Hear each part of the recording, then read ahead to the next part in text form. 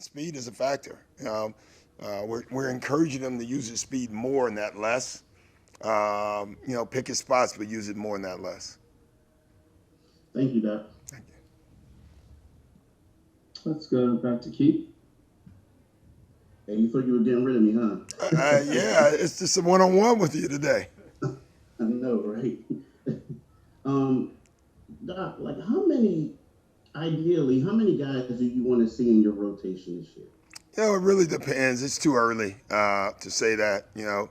I think in an 82 game season, this year 72, but in the 82 game season, if you can have 10, it's great because now you got two teams. You can hopefully create an identity, like a second unit identity. I've done that in a lot of places. I did it in LA with that group we had. Our second unit was lethal.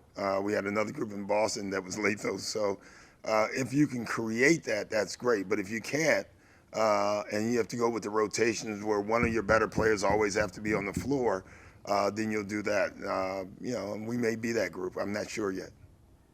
Mm-hmm. And the last question, the real last question. Yeah, sure. Tobias, I know, right? So Tobias, right?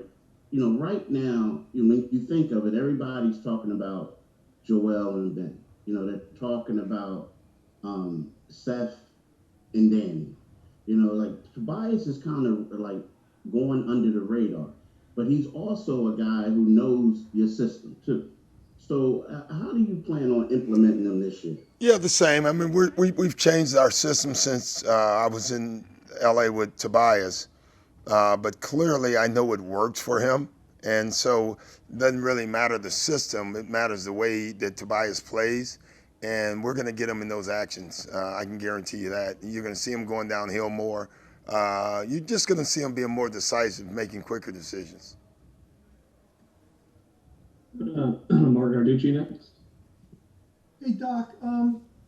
Obviously, with Ben being the facilitator and handling the ball a lot, who's been kind of working as maybe being the backup when he needs a breather? Well, we have Seth on the floor with him, and Seth's one of the ball handlers. Furkan's a ball handler. Shake's a ball handler. The point I guess I'm making is I don't see this as a point guard oriented offense. I see this more as a flow offense. And any guy with the ball can start the offense. And we worked on that today. How we had Joel bring it up one time today, which obviously we wouldn't do, but we were trying to make the point that anybody can start the offense. We're not going to allow defense to pressure one guy, and that takes you out of your offense. So I think, it's going to take time for them to get it all, Mark, but I think they're getting it. Okay, thank you. Next up, Derek Bodner. Hey, Doc. I guess, you're talking about, wanting more pick and roll with your two best players.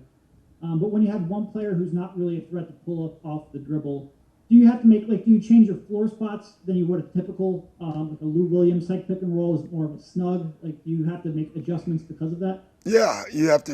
It's more angles, pick angles. I think people forget I had Rondo, and he was a pick and roll giant, and we ran it every night. And every night people thought they were going to go under on him, and the next thing you know, he was making plays.